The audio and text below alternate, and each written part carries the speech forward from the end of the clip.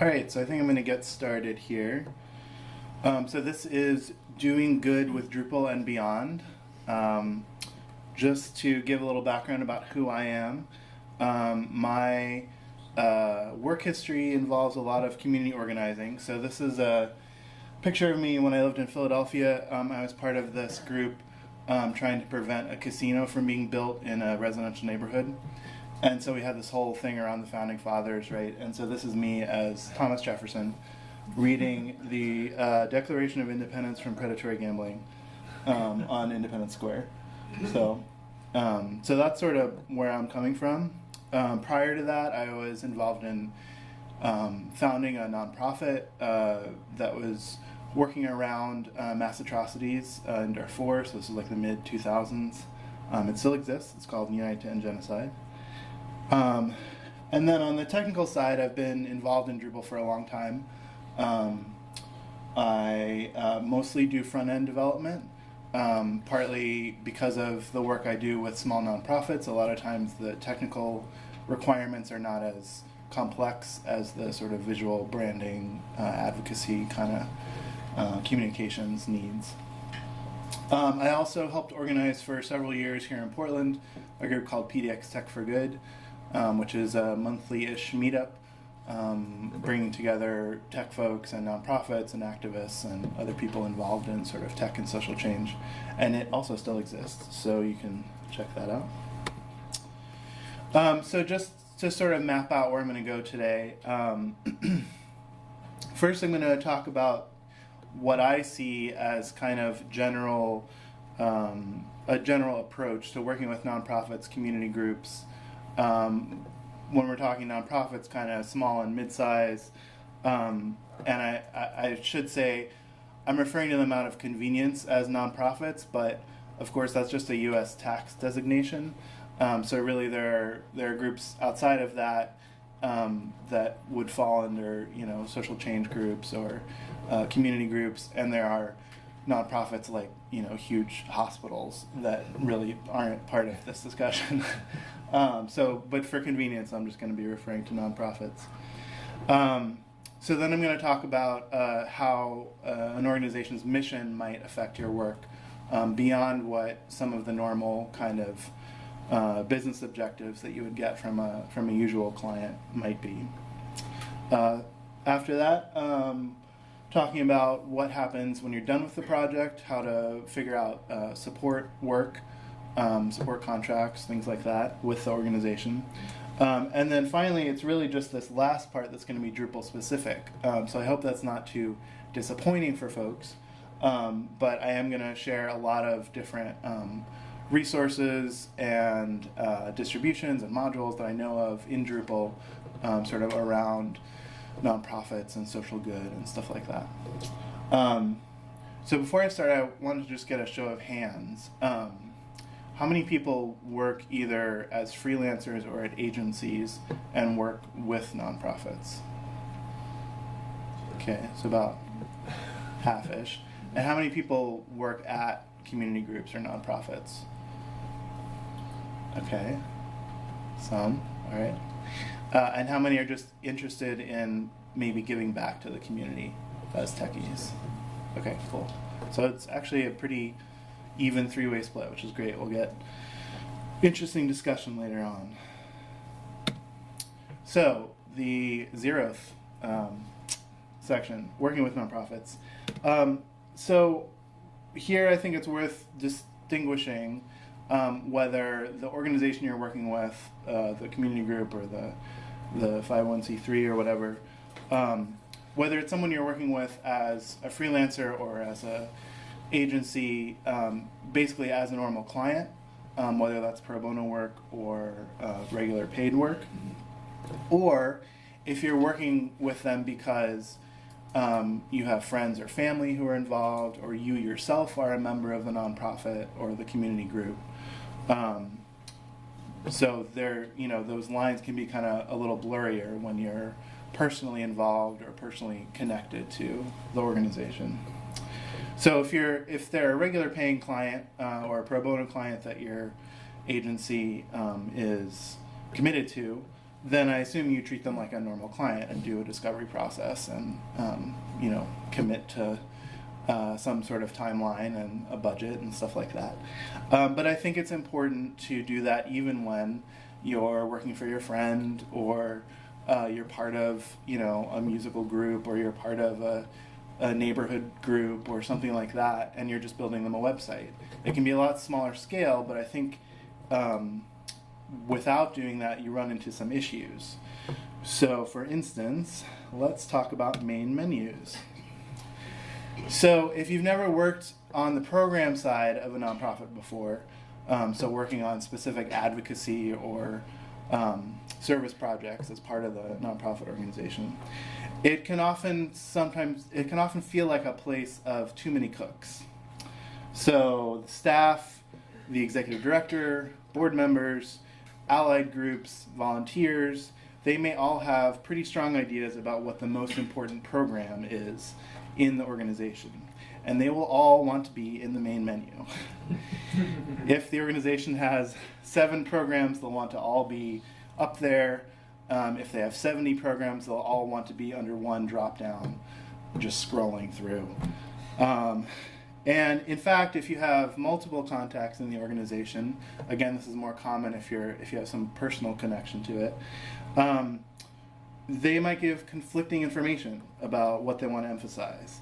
In the worst cases, I've seen this devolve into sort of existential crises in the organization about what they really are, who their audience is, what the most important things are, when they're given this, boil it down to 2 to 4 items for the main menu. So just being aware that conversation often leads to those sorts of discussions internally, especially with an organization that maybe hasn't had, for smaller mid-sized nonprofits who don't go through the sort of long development cycles that a bigger nonprofit would be familiar with. They've never done a card sort. They've never done information architecture, really. Those kind of conversations can emerge. Secondly, a lot of organizations, a lot of nonprofits, especially smaller ones, and certainly community groups, tend to have flat organizational structures. So there isn't always one or only one decision maker. With groups that have really good internal processes, having a flat organizational structure works great. But sometimes they think they have good internal processes, and it turns out there's some conflict in there. So, in my experience, this is one of those places where that kind of thing can bubble up.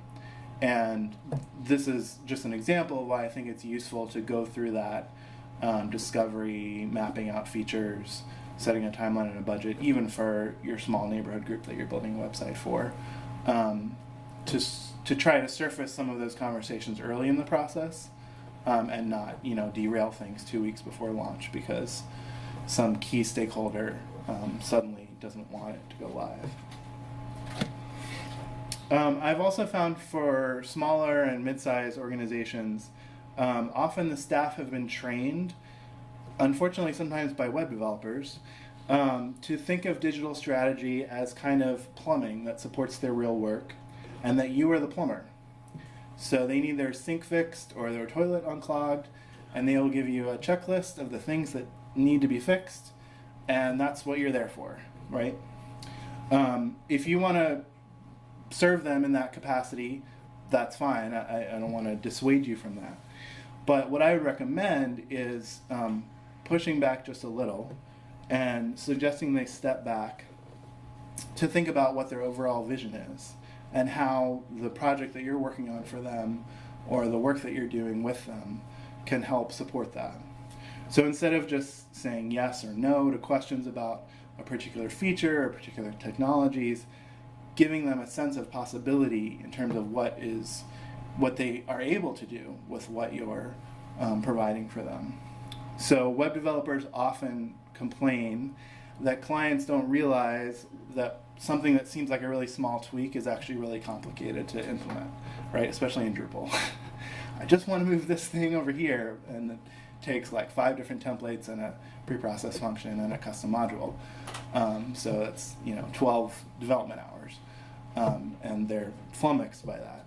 And that's true, but there's also a lot of really impressive things that are technologically solved, that there are modules for, or that there are approaches out there for already. And so giving, especially, again, smaller groups, a sense of what's possible that they might not even think to ask for. They know they want a sign-up form for their mailing list, but they might not know some of the other things that are possible with some Drupal distributions or modules, or other kind of app development. And this is where you can use the resources from WebChick's slide yesterday around what Drupal can do for you. Additionally, budgets will often be fuzzy, especially for small groups, especially if you're paying sort of in sweat equity or trading. You're volunteering for the organization to build them a little website. They aren't necessarily paying you cash, but you're sort of budgeting out a certain number of hours you can volunteer for it.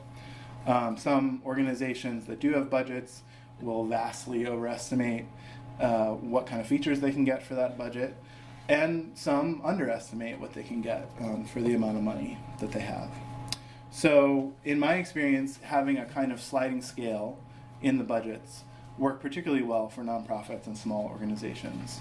So you can sort of work with them to establish an MVP, a minimum viable product, that's going to meet their critical needs, and then set out, okay, for this feature, it would be this amount of time if you're doing it as a volunteer, or this amount of money if you're doing it for paid money. So starting with an MVP and then working on sliding up to the next level. And that's particularly true for organizations that have irregular influxes of funds. So if they're reliant on grassroots fundraising only, or if they're reliant on intermittent grants that don't always get renewed, they might think they have enough money for X, and then it turns out they actually have to budget money for something else. So that can also be really useful to have that sort of sliding scale budget. There can be a lot of stakeholders. So I mentioned before, for community groups, you have allies, you have volunteers, you have neighbors. In 501c3s, you have a board of directors, you have an executive director, you have the staff, you might have an advisory board, or advisory members. And sometimes the lines of responsibility can be a little vague. I have a note here in my remarks to insert obligatory reference to the tyranny of structurelessness. You folks know about that paper from the 70s. In informal structures, a lot of times unacknowledged power gets developed. So everything's flat and everyone's equal, but in fact these 3 people make all the decisions. It's just not publicly acknowledged that they make all the decisions. And so again, doing that sort of early planning with organizations, figuring out with them who the people are that need to sign off. They might not always be just the executive director or just the president of the board or board of directors, who in their sphere of influence could exercise a veto over things. Figuring that out early on, so again, you don't end up 2 weeks before getting delayed. Small groups often have a lot of turnover, both in staff and in volunteers. So I advocate, even if they haven't requested it as part of the project, to consider how you can build in a lot of infrastructure to the work that you're doing.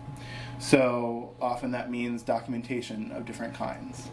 Inline help and saying field labels are a good start, but any kind of repository of information on this is how it all fits together. A README file is okay if they find that accessible. But it's important to think about or to find out where the organization is storing their own documents. Because if you just put it in the Git repo and you're the only person in their organization that's ever heard of Git, they're never going to look at it again. And so, it might feel a little icky to you, but throwing it all into a Google Doc or a Word document that's shared on a network drive or, wherever they're keeping their information, at least having a pointer to, when you have a problem with this, here's where the help guide is. Having that there, and again, especially if you're doing it as a volunteer, if you might not be around in a couple of years, you want them to know where to go. Screenshots and short videos, of course, are even better if you have the time or budget for that. And then this is just a little thing, but I do this a lot when I work with smaller groups. I think this is pretty common in when you're working with larger clients because they handle this themselves, but setting up some sort of catch-all forwarding email address for any third-party services, domain registration, stuff like that. I've seen so many small nonprofits have their domains expire because it was registered to someone's intern from 5 years ago, and their email doesn't work anymore, so it was bouncing and no one knew it.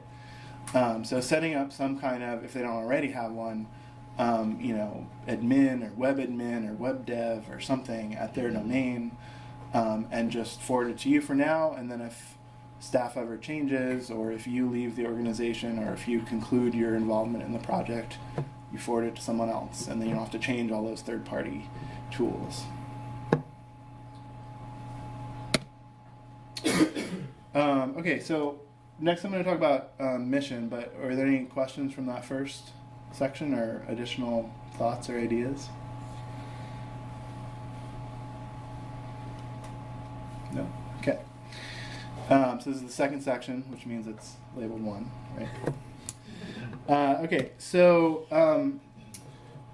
to me, as technical leaders, which I think even folks who are the tech person in their nonprofit, you are the technical leader in that domain. I feel like we have an obligation to help educate staff on trade-offs between convenience and surveillance, between openness and security, between privacy and transparency. And I think this is particularly critical if the organization you're working with is working with any kind of vulnerable populations. So domestic abuse survivors, undocumented immigrants, LGBTQ youth, political activists or refugees from other countries. It's important to think about not just what you're comfortable with as a developer or as a techie, quote unquote, but what the people that they serve would actually, what actually serves that community best. So as an example, there was a period a while back when a lot of nonprofits started to push really heavily into using Facebook pages because it got them a lot of publicity. And around the same time, a lot of nonprofits also started using Facebook for commenting systems on their blogs because it was easy. You just drop it in and then everybody can comment who has a Facebook account. Well, apart from closing off commenting ability from people who don't have Facebook accounts, it opens up those websites to data mining from Facebook, because anyone who visits that page, Facebook can now collect information. Even if they don't leave a comment, Facebook can collect that information about them. Some of you probably know that Facebook, even if you have never had a Facebook account, Facebook has a shadow profile on you, which has collected all your behavior around the web. Everywhere you see a little Facebook like button or Facebook commenting, if you don't have blockers installed, then it's collecting that and tracking that. So that's just one example of the kind of trade-off that it's worth educating organizations about. Third-party tools that nonprofits might have heard of, Discus, AddThis, Google Analytics, things like that, are often free because the data mining that they enable for their corporations allows them to be free. In other words, you're not the customer, right? The advertising agencies or the people they sell that information to are. And increasingly this data gets made available either involuntarily or voluntarily to state and non-state actors. So does anyone recognize this little slide? Prison, Yeah. So this was a effort by the U.S. Department of Defense and NSA, I guess, to collect, surveil popular social media and software as a service like Hotmail and Gmail and stuff like that. And they were doing it sort of outside the confines of legally requesting it from those companies. But there's certainly lots of situations in which companies do provide that to the government. And then, of course, there's many instances of hacking and password dumps and stuff like that. So again, whether voluntarily or involuntarily, that information can get spread around. So if you're working with particularly vulnerable populations, that's important to keep in mind. And so an organization might decide, well, we understand that's a risk, or we understand that that does open up people a little more to that kind of surveillance or tracking, but it's a reasonable trade-off for us. You know, all our members are on Facebook, all of our supporters use Instagram or whatever. And that's fine, but I think it's incumbent on us to help them make that kind of informed decision, to know what the trade-offs are for those kinds of free tools that we just drop into the Drupal site.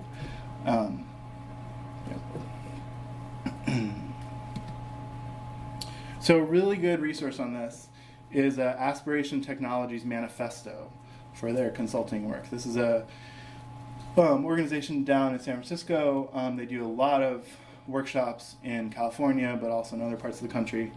And I want to quote from it at length because I think it's really good. The whole thing is at that address. So these are the main points. Nonprofits should strive to remain in control of their technology destiny. Power dynamics in nonprofit technology are all too often broken. Technology discussions and planning should remain firmly rooted in the language of the end user. So that's about jargon. Technology challenges are organizational development opportunities in disguise. Technology is for building and strengthening relationships. It's not a replacement for them. It's about the data, not the software or the hardware. What has worked offline for generations still deeply informs what works best overall. And nonprofits should never forget who technology leaves out and what it leaves undone. So there's a lot more of their manifesto, but I think those are really salient points for people who are working, especially for techies who maybe sometimes work for nonprofits, but also do other kinds of work. It's important to keep in mind the greater objectives of the organizations that you're working for. All right, so any questions at this juncture or thoughts?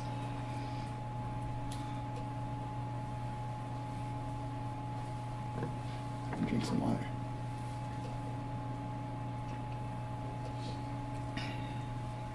Yeah, I mean, some of this is sort of like,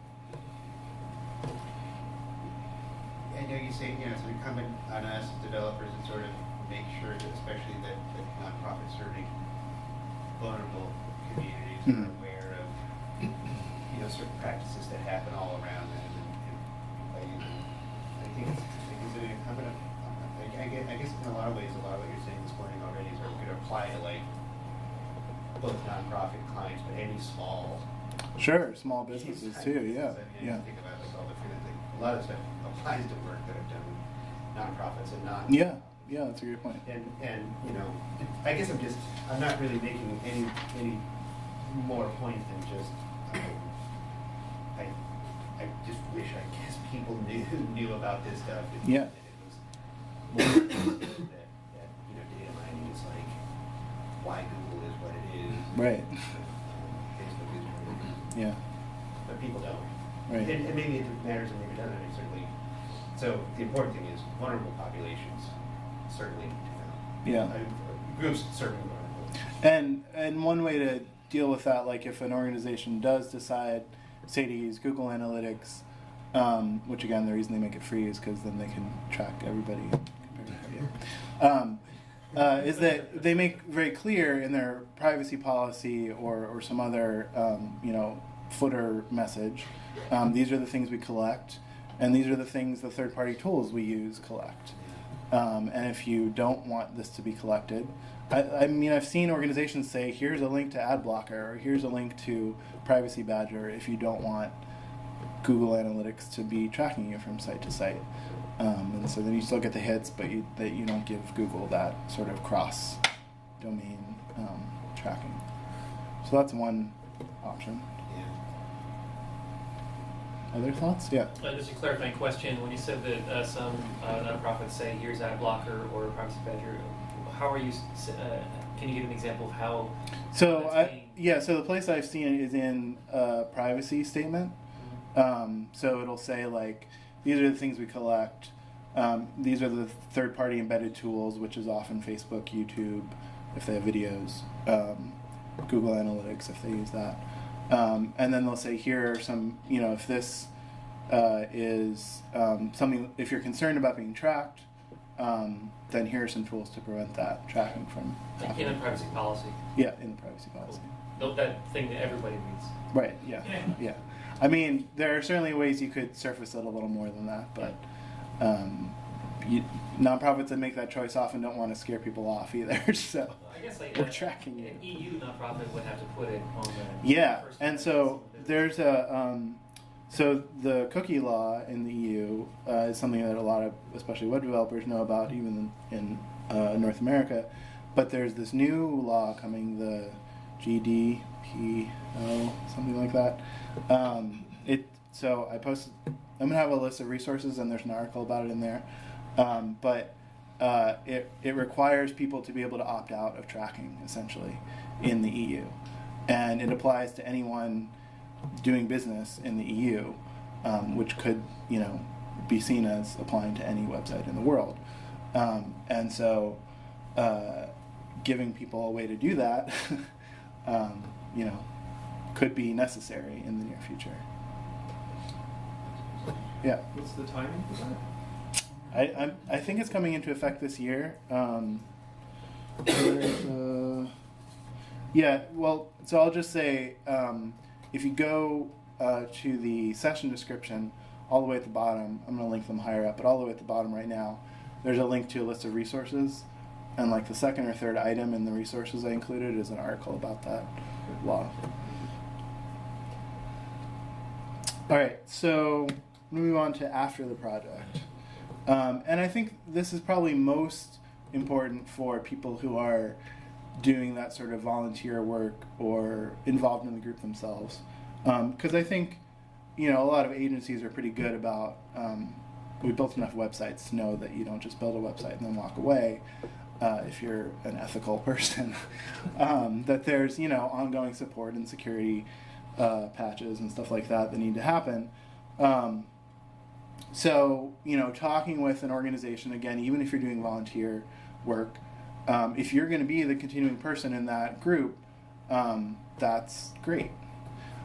It's also important, and I would say, again, incumbent on you, or at least I feel it's incumbent on me when I'm a part of an organization and I'm volunteering to do something for them, to have as part of that commitment, if I ever leave that organization, I'm going to sit down with someone and teach them about it. Or I'm going to help them find someone new to support that work. So you can't, even for small groups, generally, you can't just build a website and walk away. You're going to get calls a few months from now. And so a great thing you can do if they don't have a budget for a support contract down the line and you're not personally involved in the group, it's great just to point them to some of the resources that are out there, especially local meetup groups. So of course, most people in this room know about Drupal user group meetings, but there's a lot of other ones around sort of nonprofit technology. And again, these are in the resources that there's a link to. So one is a project by TechSoup called Net Squared.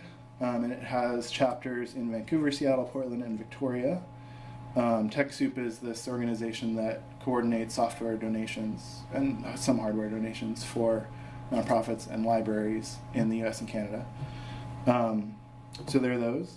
N10, or the Nonprofit Technology Network, which is based here in Portland, has both online and offline support groups, in-person meetups, and online discussions around nonprofits in Drupal, nonprofits in WordPress, nonprofit communications, nonprofit fundraising, all that kind of stuff.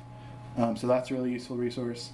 Portland and Vancouver both have a Free Geek, which provide local classes as well as like electronics recycling and a thrift store.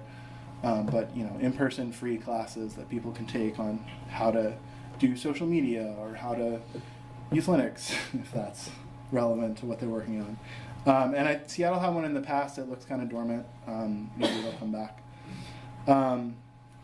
So again, there's a link to all of these that I mentioned in the resources.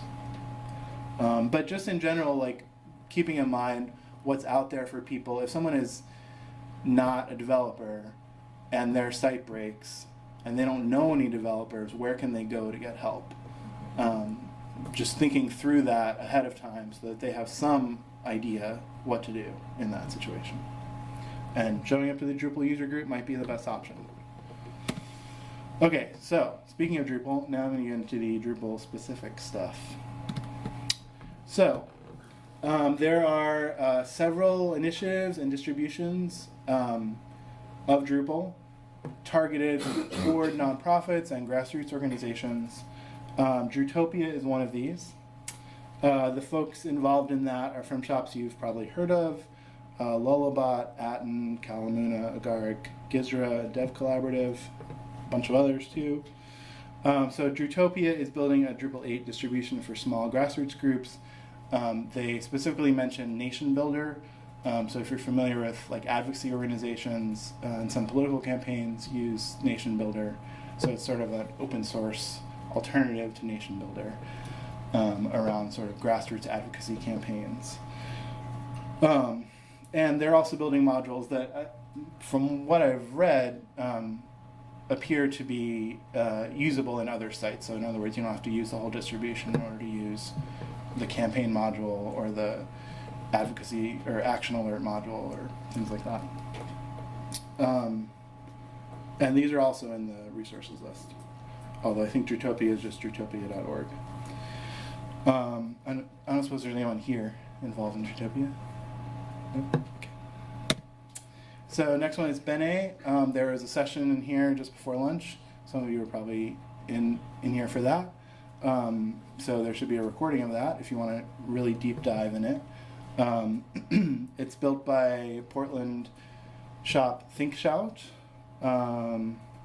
And Free Geek, which I mentioned earlier, the Portland Free Geek is running on Bene. So it's out there in the wild. Again, link in the resources, but there's some really great development going on there. You can spin up a version of it now and try it out. Another one is called Round Earth. So this one just came out the other day. This is a Drupal 8 distribution with CiviCRM built in. For those of you who don't know about CiviCRM, it's an open source alternative whose history has often intertwined with Drupal's.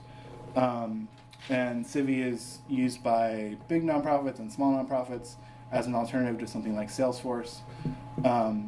It is a beast. It is a wonderful beast, but it has a lot going on. And so this is a great initiative to integrate it out of the box with Drupal, and I presume set up some sane kind of defaults and configuration around that, because it can be pretty intimidating. And I think that's roundearth.io, but again, link in the resources. Another one, this is a little on the edge of nonprofit, but a lot of some sort of community-oriented nonprofits are using it. It's called OpenSocial. It's being used by Greenpeace and the United Nations Development Program. And I should say for Round Earth also, so both Round Earth and OpenSocial have a software as a service option, so presumably that's how they're funding their development. So you can pay to have it hosted with them, and they help you out with support. But there's also a distribution on Drupal.org. so you can download it and take it on yourself. Yeah, any folks in OpenSocial in here? Yeah. Oh, well, I'll be doing my piece in the 245 is on OpenSocial. Oh, okay, cool. Yeah, so Great. if you want to come see it, I'll give a little tour, talk about some of the decisions they made, and you can see if it's something you want to use. Excellent. And I had an oversight. Gabe in the back there is involved in Bene. Right. So if you want to chat with him. But again, you can watch the video from the earlier session if you're interested. And then there's some smaller, more specific distributions. So there's one called OpenWide that the YMCA funded. It has some pretty great, solid best practices around site building. It also has some stuff specific to the YMCA, but it might be something worth looking at.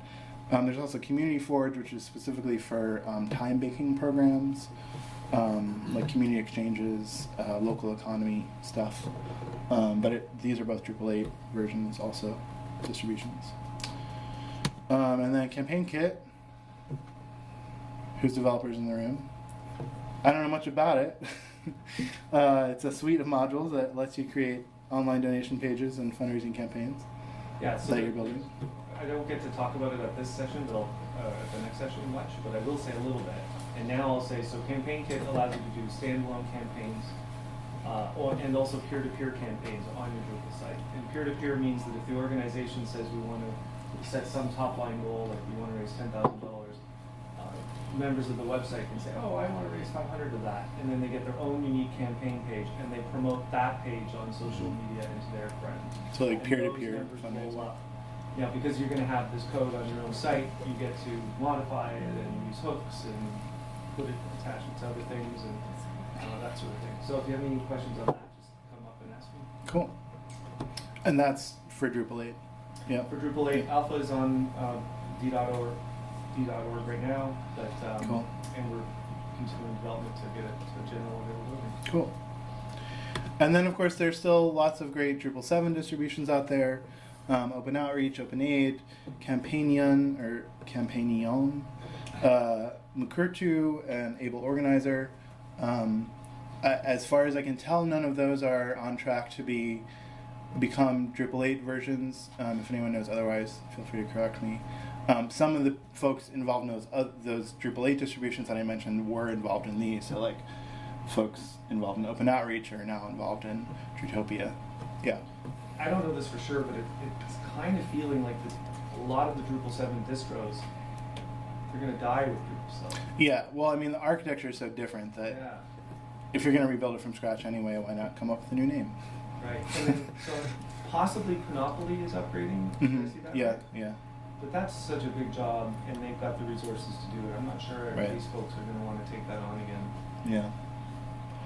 But so, these are options too if you're comfortable with the Drupal 7 site, which is still, as WebChick said, totally fine. If it works for you. So those are options too. And then I might catch hell for posting this, but there's also Backdrop, which, if you don't know, is a fork of Drupal 7. It backported some of the features of Drupal 8, but using the overall architecture of Drupal 7. Drupal 7, or I should say Drupal modules, generally work in Backdrop. They take a little bit of porting, but the Backdrop team has ported a bunch of them. So, it's kind of Drupal, kind of not, but it's out there. It's specifically targeting smaller businesses and nonprofits. I know folks who do both Drupal and Backdrop development for nonprofits. So it is totally an option also. Does anyone know of any other distributions or modules that are in current development? There's a ton that are no longer in development. But any other sort of nonprofits or grassroots organizing distros or modules or things people should know about out there? There is one, Yeah. I can't think of its name now, but it's a kind of crowd-funded causes kind of distribution. Mhm. Let me look around a little bit. I think it's like, it's like, so you can set a cause, and then that cause can be part of a greater campaign, Mhm. and then like that cause could be like, I'm going to run up 5 peaks, Yeah. and then you can gain sponsorship. So it's kind of a micro fundraising kind of platform Mhm. for and I know that there's an implementation of it in the Kootenays in Canada called the Yodel.org. Okay. I'm not too sure. I'll try and find what the Okay, yeah. distribution is. Yeah. All right, so a few other resources I just wanted people to know about, and again, this is, if you already know about them, it's useful to pass it on to organizations and groups that you're working with. Again, for those of you who don't know, this organization called N10, it's based here in Portland, but it's a national organization, and every month they have a free conference call. You can dial in or use your computer for people using Drupal in nonprofits and people who are Drupalists and work with nonprofits. So you'll hear a lot of folks from nonprofits asking how to do X and Y with Drupal. People have gotten business leads out of that, so it can be useful as a developer too. Yeah. What is COP? When it says COP? Oh, I believe it stands for Community of Practice. It's just sort of their terminology. They have ones for WordPress and for other things too. And you don't have to, N10 does have membership, but you don't have to be a member of N10 to call in. And that link there will take you to the Google Doc that tells you about those calls. And I used to organize it. I used to co-organize it, but I don't anymore, so totally no conflict of interest. If you're on Drupal Slack, there is a nonprofits room. It's relatively quiet, but there have been interesting conversations in there. If you haven't done Slack in Drupal before or in general, if you go to drupal.org/Slack, it walks you through it, gets you an invite, and then just join the nonprofit channel. There is, for the purists, a Drupal-NGO room in IRC. I am the only person in that room. So if you want to join me sometime, let me know. But yeah, it's there. And then there are a couple, there's probably a lot of groups out there. These are the two that I know of on groups.drupal.org around sort of nonprofit activism, social justice stuff. Drupal for Good is definitely the more active of the two. But there may be others out there. And these are actually really useful places if you work in an agency that works with nonprofits and want to post a job about your agency, or you work in a nonprofit and you are looking for developers. These are good places. Yes, there's Drupal jobs too, but these are a little more targeted. So those are some ones. Yeah. So would it be appropriate, these are the people that I want to know about my new module, Mhm. so I should post in there? I think that's totally appropriate, yeah. So that's pretty much what I've got. Are there other thoughts or questions or resources anyone wants to share?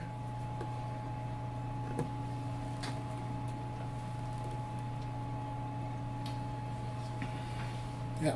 Well, I can say one more thing. So the first part of this CampaignKit is the ability to do campaigns, but the second phase is going to be how to use a series of campaigns to help build a nonprofit from scratch. So Mhm. let's say that you set your first campaign to simply let's cover the hosting, $100 a month. Put that campaign on the page. That's what people are contributing their money to. Please help us get at least our hosting covered. Well, when then that completes, automatically the next one comes up, and that one might say, hey, now we're raising $500 a month for, we make up something, Yeah. project manager. We're still in the house,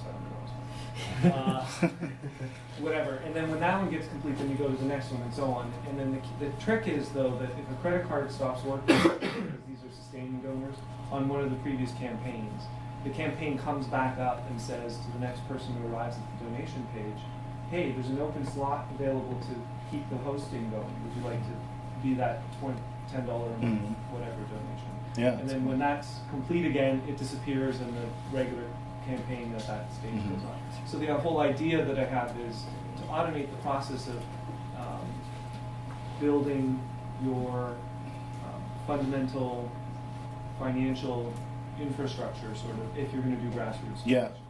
And having worked in a nonprofit before, donors love that idea of they're giving money to a specific thing, not just like Right. give us money for our group, but Right. like you're going to help fund our website host, or you're going to help fund our, you know, project There's going to be manager. a page that says, here are the milestones that we've already Right, hit, and yeah. you can choose to be on that page anonymously or not, and it's sort of like a donor wall. Mhm. And the donor wall shows what everyone helped build, and everyone then gets the sense that we built this together. Right, yeah, that's great.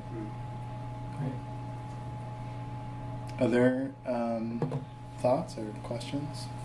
Yeah. So you mentioned the existential crisis that sometimes is catalyzed by Yeah. having to choose menu items.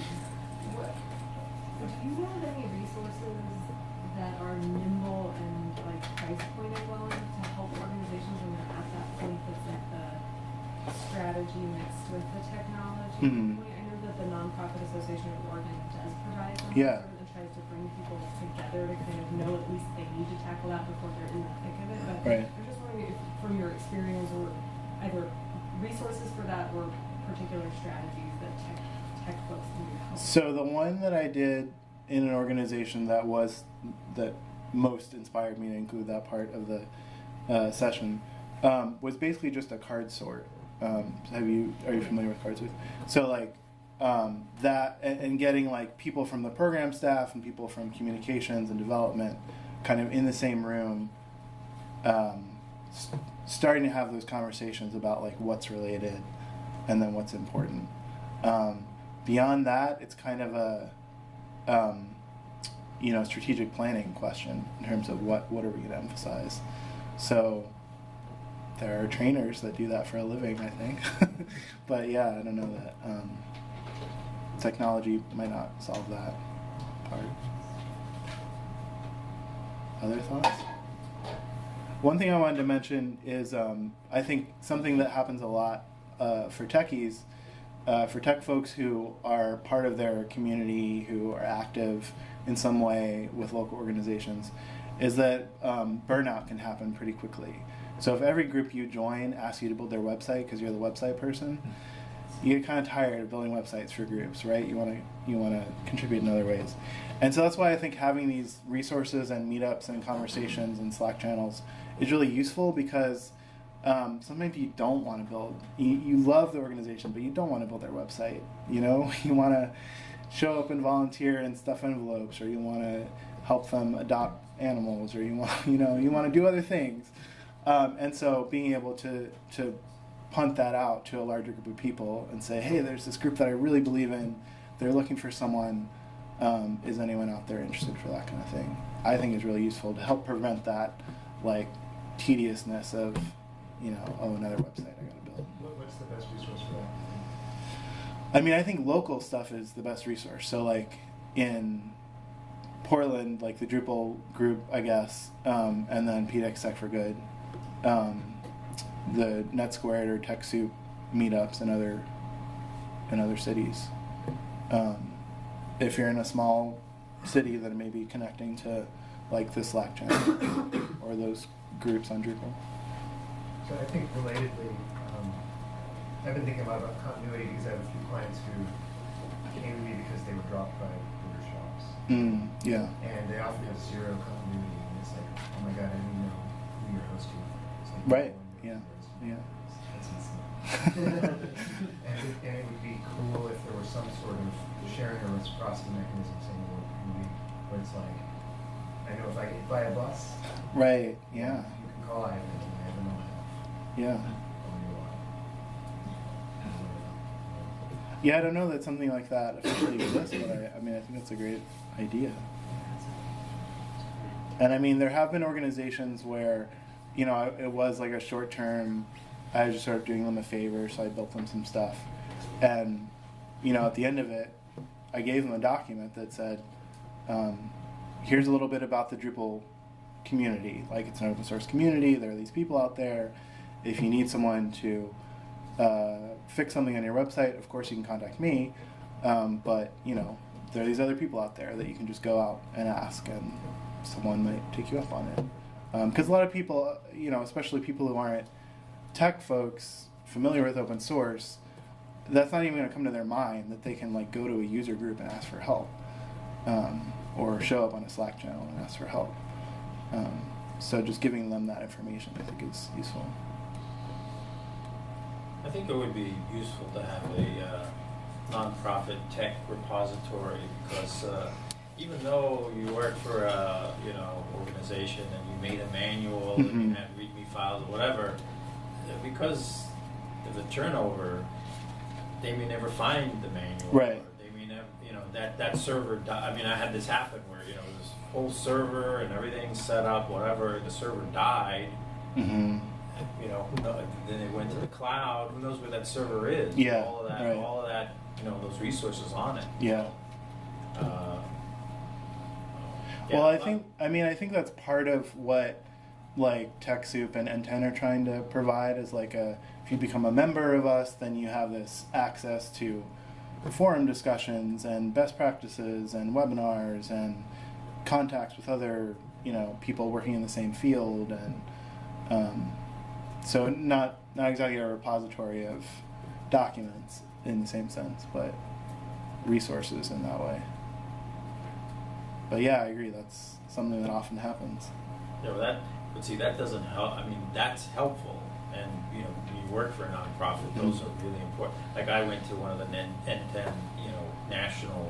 Yeah. It is this place, chock full of all the tech people for nonprofits. It's perfect, for professional development, for getting ideas, for all the kind of things that people are thinking about.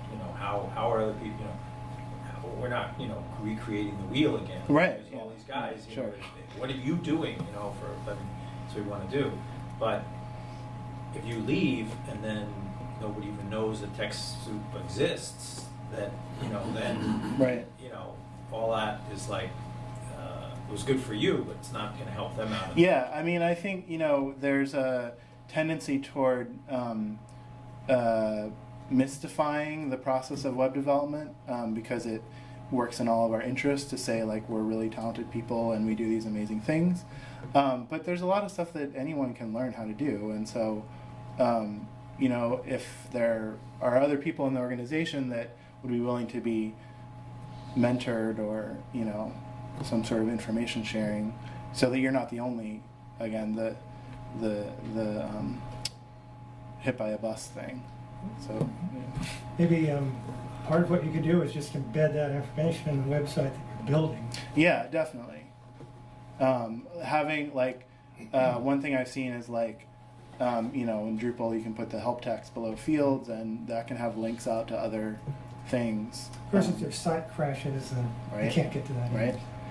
Yeah, and that's why even if they use SharePoint or something for their internal planning, like having something there saying this is where all the info is really useful. Yeah. In my experience, the best practice that I've found is to put all that kind of stuff not in the website itself, but in the project management system. Yeah. And my clients have 100% access and transparency, and so they have access to their usernames and passwords document and can update that document. Right. They can export that document as a Word file if they want, all securely. Because that just seems like it's the best way to go. But putting it in the website is kind of a novel idea. I like that idea of a help text.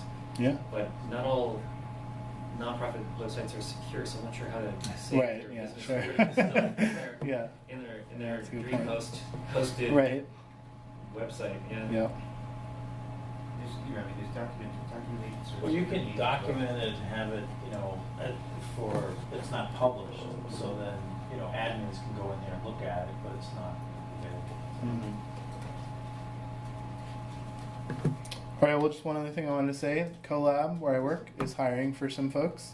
So if you do front-end work or general Drupal development or data analytics, there are open positions for all three of those things. It's a worker-owned co-op. It's all remote. I work from here in Portland, and we have someone who works from Seattle. So 2 Pacific Northwesterners, and then people all over the world. So if you're interested, come chat with me. Quick question. Yeah. Are you guys focusing on nonprofits then, I gather? Yeah, so we do nonprofits and educational institutions, like magazines and schools and stuff like that, in addition to like advocacy groups. Yeah. All right. Well, thanks everybody for coming. I think we got a few minutes, but I say we call it. Thank you.